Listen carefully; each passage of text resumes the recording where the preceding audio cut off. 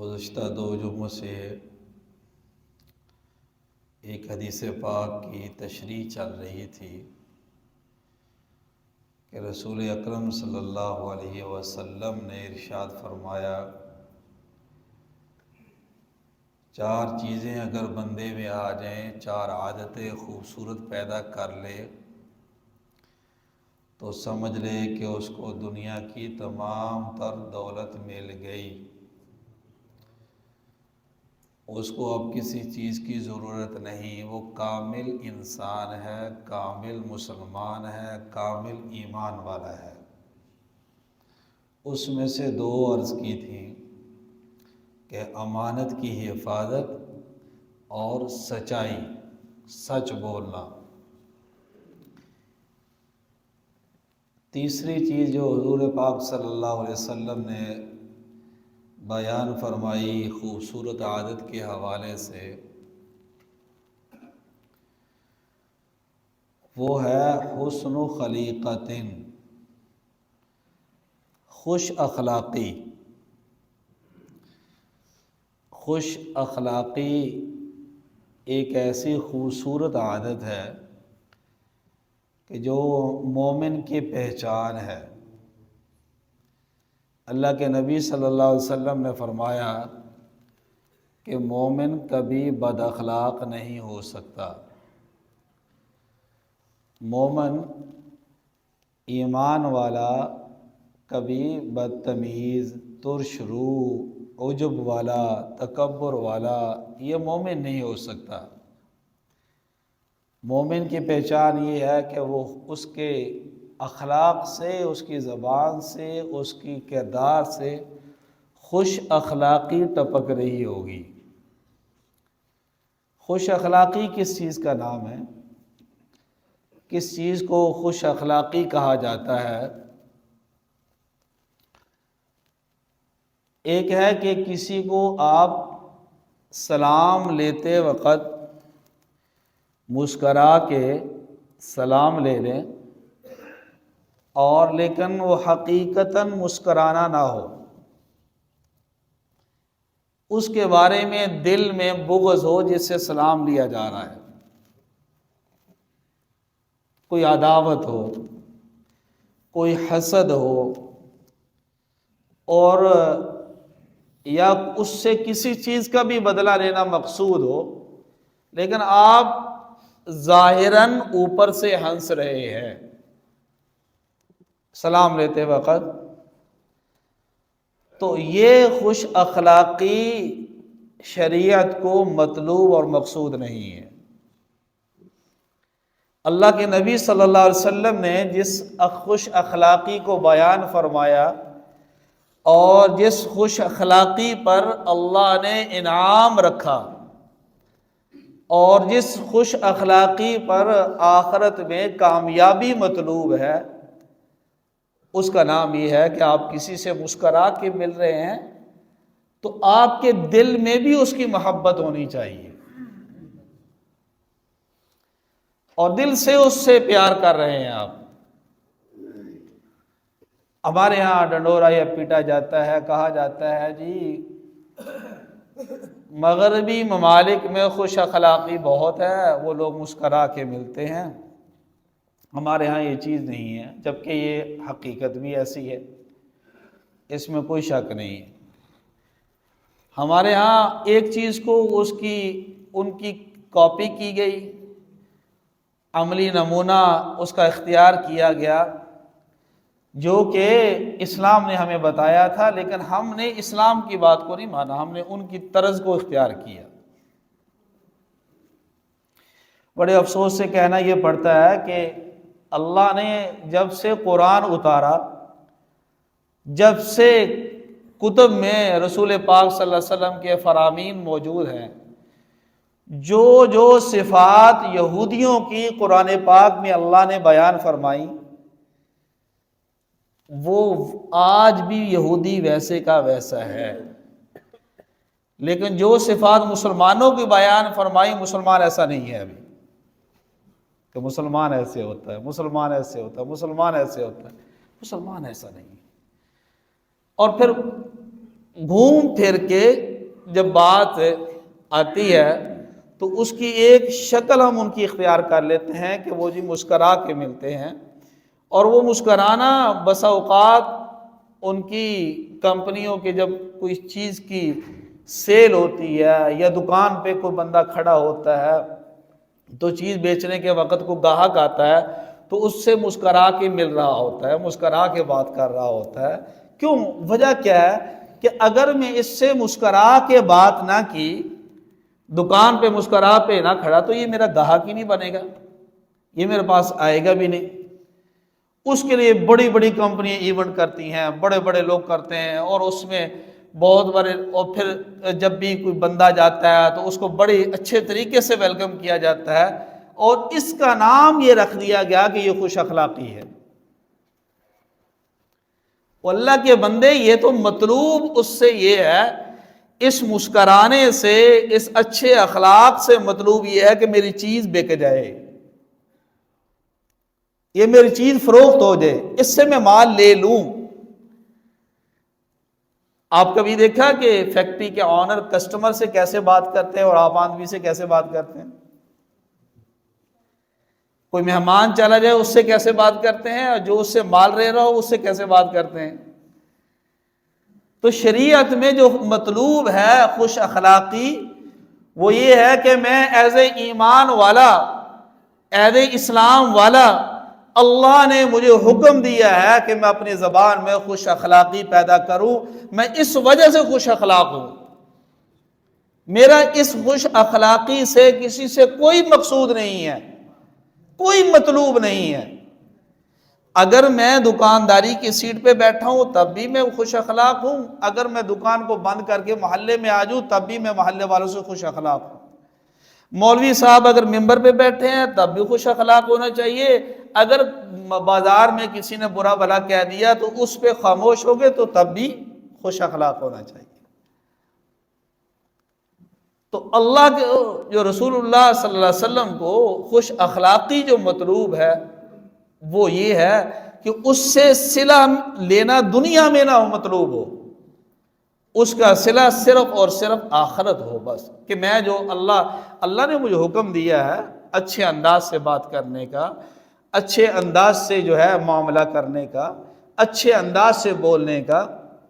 میں گھر جاؤں تو میں اپنی بیوی کے ساتھ اچھے انداز سے بولوں، میں گھر جاؤں تو بچوں سے مسکرا کے ملوں، میں باہر جاؤں تو پڑوسیوں سے مسکرا کے ملوں، میں مسجد میں آؤں تو اپنے نمازیوں کے ساتھ مسکرا کے ملوں، میں مسجد سے باہر جاؤں تجارت کی سیٹ پہ بیٹھا ہوں تو کوئی بھی گاہک آئے، تاجر کلیک آئے، کوئی بھی آئے، اس سے میں اچھے انداز سے ملوں، کسی حالت میں بھی ہوں۔ دیکھیں، خوش اخلاقی کا کوئی وقت تو نہیں نہ ہوتا کہ اس وقت تک آپ متعین ہیں کہ آپ اس وقت خوش اخلاق بنے، اور جب وہ وقت گزر جائے تو آپ بد اخلاق ہو جائیں۔ ایمان والا، اسلام والا تو 24 گھنٹے مرد دم تک خوش اخلاق ہونا چاہیے۔ تو خوبصورت عادت تیسری، وحسن خلیقۃ، خوش اخلاقی سے آنا۔ اور خوش اخلاقی آئے گی کیسے؟ اس کی تو تعریف ہوگی، خوش اخلاقی یہ چیز ہے اچھے انداز سے گفتگو کرنا، اچھے انداز سے ملنا، مسکرا کے ملنا۔ صحابی کہتے ہیں رسول اللہ صلی اللہ علیہ وسلم کو جب بھی میں نے دیکھا، چاہے غموں کے پہاڑ آپ پہ گرے ہوں، آپ کے چہرے پہ مسکراہٹ ہوتی تھی۔ لوگ اب مسکراہٹ کے بہت زیادہ بخیل ہو گئے ہیں، اب اتنا بخل ہو، اب تو ہماری مسکراہٹیں کنیکٹڈ ہو گئی ہیں، معلق ہو گئی ہیں گند اور فحش دیکھنے پر۔ ناراض نہ ہونا، ٹک ٹاک پہ جو فحش چیزیں دیکھتے ہیں، ہماری مسکراہٹیں سب اس وقت ہوتی ہیں۔ ہم بچوں سے نہیں مسکراتے، ہم بیوی سے نہیں مسکراتے، ہم نمازیوں سے نہیں مسکراتے، ہماری مسکراہٹیں اب صرف ادھر ہو گئی ہیں۔ اب کوئی مہمان بھی کسی سے ملنے کے لیے جائے تو وہ بیچارہ منہ تکتا رہ جاتا ہے، یہ صاحب موبائل کھول کے بیٹھ جاتے ہیں، آپ دیکھ رہے ہیں، وہ بیچارہ شرمندگی کے مارے بیٹھا ہے۔ بھائی وہ کتنا سفر کر کے تمہارے پاس آیا ہے تمہاری باتیں سننے کے لیے، تمہاری مسکراہٹیں دیکھنے کے لیے، تم سے گفتگو کرنے کے لیے، تم نے اس کی گفتگو کو مقید کر دیا موبائل کے ساتھ۔ تم سے بڑا بد اخلاق کون ہو سکتا ہے؟ تو وہ حسن خلیقت، اب یہ خوش اخلاقی آئے گی کیسے؟ اس کی کنجی کیا ہے؟ اس کی کلید کیا ہے؟ اور وہ کنجی جب لگے گی تو خوش اخلاقی کا دروازہ کھلے گا، پھر انسان اندر سے بھی ظاہراً بھی باطناً بھی خوش اخلاق ہوگا۔ اور اس کی کنجی ہے تواضع، عاجزی، انکساری، جھکنا، پس جانا، اس سے خوش اخلاقیات۔ من تواضع للہ رفعہ اللہ، جو اللہ کے لیے جھک جاتا ہے، تواضع للہ، شرط یہ لگائی تواضع للہ، کہ اگر کسی نے کوئی چیز خرید لی اور اس کو سے پیسے وصول کرتے وقت آپ مسکرا کے جھک گئے تو یہ تواضع للہ نہیں ہے، یہ تواضع للمال ہے۔ تواضع للہ، اللہ کے لیے جھکنا، جو اللہ کے لیے جھک جاتا ہے رفع اللہ، اللہ کہتے میرا وعدہ ہے اس کو میں بلندیوں تک پہنچاؤں گا۔ رفع اللہ، جھک جائے کہ میں کچھ نہیں ہوں، میں کیا تھا، میں کیا ہوں، میں کیا ہوگا۔ اللہ نے 3 منزلیں رکھی نا انسان کی، میں کیا تھا، میں کیا ہوں اور میں کیا ہوں گا۔ اور اس کی تعریف اللہ نے قرآن میں 3 آیتوں میں بیان فرمائی۔ من ای شیء خلق، من نطفہ خلقہ فقدرہ ثم السبیل یسرہ، یہ 2 کہ میں کیا تھا، میں کیا ہوں، ثم اماتہ فاقبرہ، تم یہ ہوگے کہ تم کیا تھے، کہ تم کچھ بھی نہیں، گندا پانی تھا، اور پھر تم کیا ہو، تمام نجاستوں کو اللہ نے ایک سیکنڈ میں ایک جھلی کے پیچھے چھپا دیا۔ اب یہاں سوئی لگاؤ تو خون نکلے گا، پیپ نکلے گی، بدبو آئے گی، سارا نجاستوں کو میں قربان جو میں اپنے اللہ پہ، اس نے ایک پردے میں چھپا دیا، انسان بنا دیا۔ ثم السبیل یسرہ ثم اماتہ، پھر کیا ہوگا، پھر تم ثم اماتہ فاقبرہ، بڑے چودھری ہو، بڑے فخر والے، بڑے خوبصورت لباس والے، بڑی خوشبوؤں والے، جب تم مر جاؤ گے تو گھر والے بھی زیادہ دیر گھر میں رکھنا پسند نہیں کریں گے، کہ لے جو اس کو قبر میں دفنا دو، کہیں گھر میں بدبو نہ آئے۔ میں کیا تھا، میں کیا ہوں، میں کیا ہوں گا۔ تواضع اختیار کریں، اپنے یہ جو بول اپنے پاس رکھیں، میں ایسے کر دوں گا، میں یہ کر دوں گا، میں وہ کر دوں گا، تم کچھ بھی نہیں کر سکتے، تم کچھ بھی نہیں کر سکتے۔ تو جس بندے میں تواضع ہوگی وہ خوش اخلاق ہوگا۔ خوش اخلاقی کی بنیاد ہی تواضع ہے۔ عجب والا، تکبر والا، نخوت والا، بڑا پن والا کبھی بھی خوش اخلاق نہیں ہو سکتا، وہ تو بد اخلاق ہوگا، وہ تو ہڈو بچوں کے نعرے لگانے والا ہوگا۔ تو اس کی بنیاد جو اس میں آ گیا حسن خلیقت، جو تواضع میں آ گیا وہ تو سمجھ لے کہ وہ خوش اخلاق ہو گیا۔ اور اس کی کمی ہے ہمارے معاشرے میں، اتنی کمی ہے، اتنی کمی ہے کہ آپ سوچ ہی نہیں سکتے۔ چھوٹی چھوٹی باتوں پہ آپ لڑتے ہیں، چھوٹی چھوٹی باتوں، گالی گلوچ، دھکا، پتہ نہیں کیا کیا۔ تو میرے بھائیوں، میں آپ سے یہی عرض کرتا ہوں، نمازی بننے سے پہلے خوش اخلاق بنو، حاجی بننے سے پہلے خوش اخلاق بنو، تاجر بننے سے پہلے خوش اخلاق انسان بنے۔ چوتھی صفت حضور پاک صلی اللہ علیہ وسلم نے فرمایا وَعِفَّةُ فِي طُعْمَةٍ، کہ جو تم کھا رہے ہو اس کے آمدن کے ذرائع اس کے ارننگ سورسز وہ حلال ہونے چاہیے. وعفت فی طعمۃ، کہ جو منہ میں لقمہ آ رہا ہے وہ پاک دامن ہو. ایک تو یہ کہ سامنے چیزیں ہیں، اس واضح ہے کہ یہ حرام ہے، ٹھیک ہے، لیکن ایک لفظ حضور پاک صلی اللہ علیہ وسلم نے اس حدیث پاک میں جو ارشاد فرمایا، جس کا اضافہ فرمایا، وہ یہ کہ حرام تو واضح، وہ تو ٹھیک ہے بچنا ہے، لیکن جہاں حرام کا شبہ اشتباہ بھی پایا جاتا ہو ہلکا سا، تو اس سے بھی بچو کہ میرے منہ میں حلال جائے، حرام مت جائے. اس لیے حضور پاک صلی اللہ علیہ وسلم نے فرمایا طلب الحلال فریضۃ بعد الفریضہ، طلب الحلال فریضۃ بعد الفریضہ.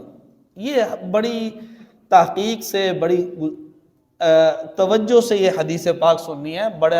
بہت سارے لوگ بیچارے دکانوں پہ، کاروبار پہ یہ حدیث لکھی ہوتی ہے طلب الحلال فریضۃ بعد الفریضہ، اور اس دکان پہ بیٹھ کے وہ نمازیں بھی چھوڑ رہے ہوتے ہیں اور سب کچھ چھوڑا جا رہا ہے. کیوں کہ جب اس سے کہیں گے کہ نماز کو تو یار ابھی تو فریضہ ہی ہے، کہتے کہ نہیں کہ بتائیں یار، کہتے ہیں ابھی فریضہ ہے مولوی صاحب.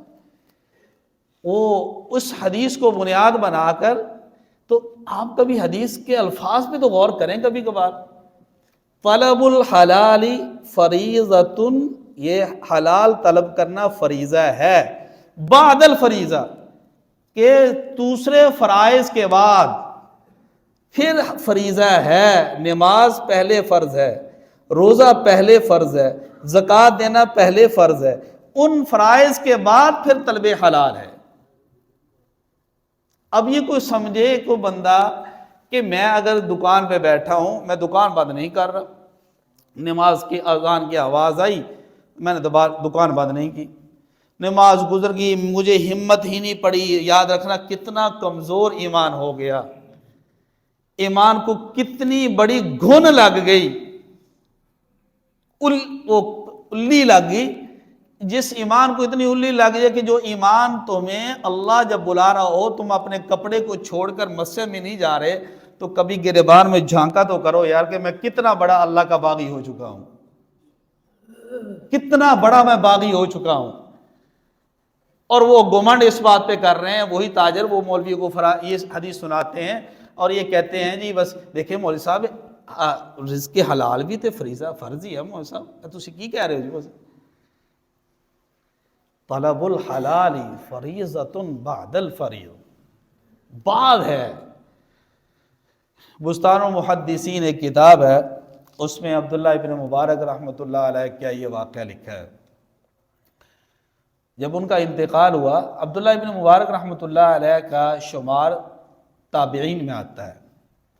امام ابو حنیفہ رحمۃ اللہ علیہ کے بھی استاد تھے، اور کئی سالوں یہ مدینہ منورہ میں بیٹھ کے انہوں نے حدیث پاک کا درس دیا، قرآن پاک کی تفسیر لکھی. عبداللہ ابن مبارک رحمۃ اللہ علیہ بہت بڑے محدث مفسر گزرے ہیں. جب ان کا انتقال ہو گیا تو کسی نے خواب میں دیکھا کہ عبداللہ ابن مبارک اللہ نے کیا معاملات فرمایا آپ کے ساتھ. فرمانے لگے کہ اللہ نے بس بخش دیا حدیث پاک کی برکت سے، دین کی خدمت کی برکت سے، لیکن میں کیا دیکھتا ہوں کہ جنت میں مجھ سے بھی ایک بہت اچھا مقام، بڑا مقام ایک لوہار کو اللہ نے دے دیا ہے. لوہار کو دے دیا، اور میں بڑا حیران ہوا. اور وہ لوہار میرا پڑوسی تھا. خواب دیکھنے والا بڑا تعجب میں پڑ گیا، اور صبح اٹھا تو وہ لوہار کے گھر چلا گیا اور اس کی بیوی سے پوچھنے لگا کہ لوہار صاحب کیا کرتے تھے؟ انہوں نے کوئی کام نہیں کرتا، لوہے کا کام ہی بس کرتے تھے، اس کے علاوہ تو کوئی کام نہیں تھا. انہوں نے کہا پھر بھی کوئی اس کی پوشیدہ نیکی ہو؟ تو انہوں نے کہا کہ ہاں 2 باتیں مجھے علم ہیں. پہلے تو وہ بتا نہیں، انہوں نے کہا میں پوچھنا اس لیے چاہ رہا ہوں کہ مجھے یہ خواب آیا اور یہ معاملہ ہوا، تو یہ کیا ہے؟ انہوں نے کہا یہ دو باتیں تھیں، وہ یہ ہے کہ رات کے آخری جب پہر ہوتا، عبداللہ ابن مبارک رحمۃ اللہ علیہ اپنے مکان کی چھت پہ مصلی بچھا کر جو ہے تہجد کی نماز پڑھا کرتے تھے، اور یہ لوہار جو ہے اپنے صحن میں چارپائی بچھا کے سو رہا ہوتا تھا، تو اچانک آنکھ کھلتی تو دیکھتا، اور حسرت بھری نگاہوں میں یہ کہتا ہے اللہ کتنی تو نے اس بندے کو فرصت دی ہوئی ہے، کتنا آسان کام دیا ہوا ہے تو نے، تیری جیب بھر کے یہ تیری عبادت کر رہا ہے، راتوں کو اٹھ کے تجھے منا رہا ہے، گریہ زاری کر رہا ہے، اے اللہ میرا جسم تھکاوٹ سے چورا چور ہے، مجھے ہمت نہیں ہے میں کھڑا ہو کے تیرے سامنے نفل پڑھ سکوں۔ اور یہ حسرت کرتا ہوا آنکھوں میں آنسو بہاتا ہوا سو جاتا تھا۔ اور دوسرا یہ ہے کہ جب وہ لوہے کی دکان پہ بیٹھا ہوتا تو مختلف اوزار بنا رہا ہوتا، ہتھوڑے ہاتھ کو لے کر مار رہا ہوتا، تو جیسے ہی ایسے ہتھوڑا اٹھاتا مسجد سے اللہ اکبر کی اذان آتی تو اس ہتھوڑے کو لوہے پہ نہیں مارتا تھا، وہیں گرا کر فوراً مسجد میں چلا جاتا تھا۔ اللہ کو یہ دو ادائیں اتنی پسند آئی کہ اللہ نے مرنے کے بعد محدث سے بھی بڑا مقام دے دیا اس کو۔ طلب الحلال فریضۃ بعد الفریضہ۔ میں دکانداروں سے عرض کرنا چاہتا ہوں، ملازموں سے عرض کرنا چاہتا ہوں، دفتر والوں سے عرض کرنا چاہتا ہوں، تمہاری دفتری اتنی اہم نہیں ہے، تمہاری ملازمت اتنی اہم نہیں ہے، تمہاری تجارت اتنی اہم نہیں ہے، تمہاری کھیتی باڑی اتنی اہم نہیں ہے، یہ تمام کام میرے نبی پاک صلی اللہ علیہ وسلم نے کیے، زراعت بھی حضور نے کی، تجارت بھی حضور نے کی، ملازمت بھی حضور نے کی، سب کام حضور نے کیے، لیکن ان تمام کاموں کے اندر رسول پاک صلی اللہ علیہ وسلم نے تو کبھی بھی نماز کو آگے پیچھے نہیں کیا۔ تو عفت فی طعمۃ، کہ جو منہ میں آ رہا ہے دیکھنا چاہیے کہ یہ حلال ہو،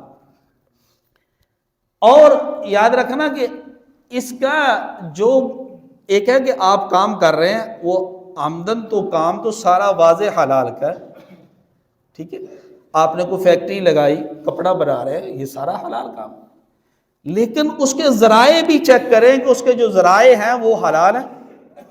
اگر آپ سرکاری بجلی چوری کر کے فیکٹری چلا رہے ہیں تو اس کا مطلب کیا ہوا کہ حلال تو کام ہے لیکن اس کے ذرائع حرام ہیں۔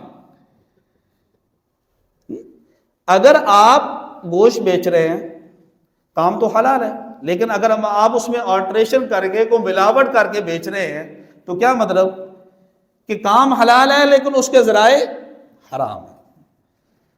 تو اللہ کے نبی نے فرمایا وَعِفَّةُ فِي طُعْمَةٍ، حلال بھی ہو اس کے ذرائع بھی حلال ہو۔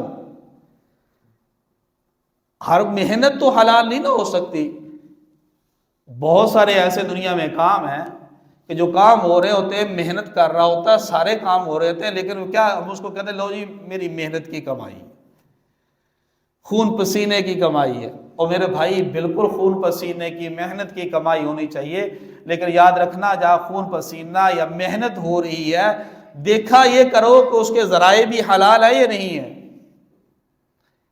اور حضور پاک صلی اللہ علیہ وسلم کی ایک بڑی خوبصورت دعا ہے، بہت ہی خوبصورت، اور یہ دعا ہر بندہ نماز کے بعد مانگا کرے، اللہم لا تجعل الدنیا اکبر ہمنا، اے اللہ ہماری دنیا کو ہمارا سب سے بڑا غم مت بنانا، کہ ہر وقت یہی غم ہو، گھر کیسے بنے گا، کار کیسے آئے گی، فلاں کیا، اکبر ہمنا، غم تو اللہ دینے تو نے دنیا میں، لیکن سب سے بڑا غم دنیا کی طلب نہ ہو۔ اللہم لا تجعل الدنیا اکبر ہمنا ولا غایت ولا مبلغ علمنا، کہ ہمارا سارا کا سارا علم دنیا کے بارے میں ہو، دین کے بارے میں پتہ بھی نہ ہو، اے اللہ ایسا بھی مت بنانا۔ اللہم لا تجعل الدنیا اکبر ہمنا ولا مبلغ علمنا ولا غایت فی رغبتنا، اے اللہ ہمیں ایسا بھی مت بنانا کہ ہماری ہر وقت غرض، منتہا، مبتدا، ہر چیز دنیا ہی ہو۔ اس لیے میرے بھائی گزارش یہ ہے، جو تجارت کرتے ہیں یا تجارت سے منسلک ہیں، ضرور کریں، ضرور کریں، ضرور کریں، اللہ تمہارے مال میں اور برکت دے، لیکن ان تمام چیزوں کے ساتھ دین بھی سیکھیں۔ دین اللہ کی قسم اتنا ضروری ہے، اتنا ضروری ہے، جیسے بندہ پانی کے بغیر زندہ نہیں رہ سکتا، ایسی بھی دین کے بغیر چلتا پھرتا ڈھانچہ ہے، لیکن وہ کامل ایمان والا نہیں ہے۔ اللہ عمل کی توفیق عطا فرمائے۔